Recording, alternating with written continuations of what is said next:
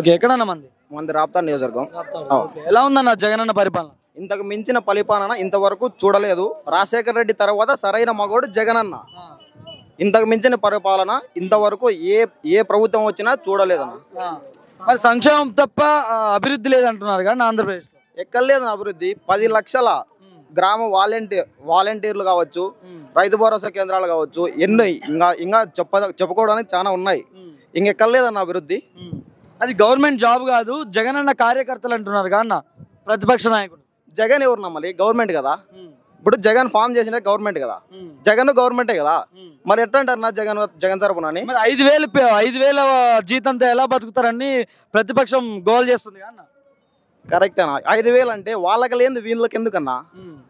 ఇప్పుడు 5,000తోనే అంటున్నారు. మనకి జరిగే మంచి ఎంతో చూడలేదు కదా, వాళ్ళు చూస్తున్నారా? ఇప్పుడు ప్రతి ఇంటికి పోయి వారు ఇది ఇది లేదంటే ప్రతి ఇంటికి పోయి వాళ్ళు చూస్తున్నారనా? అది వాళ్ళకి తెలుసా? ఊరికే ఆడుండి అక్కడ ఇక్కడ డేటా అనలైజ్ చేసి అక్కడ ఇస్తున్నారు ఇక్కడ ఇస్తున్నారు అని చెప్తే ఏం లేదనా? ఓకే అన్న, ఈసారి ఎన్ని సీట్లు వచ్చే అవకాశాలు? 175 175.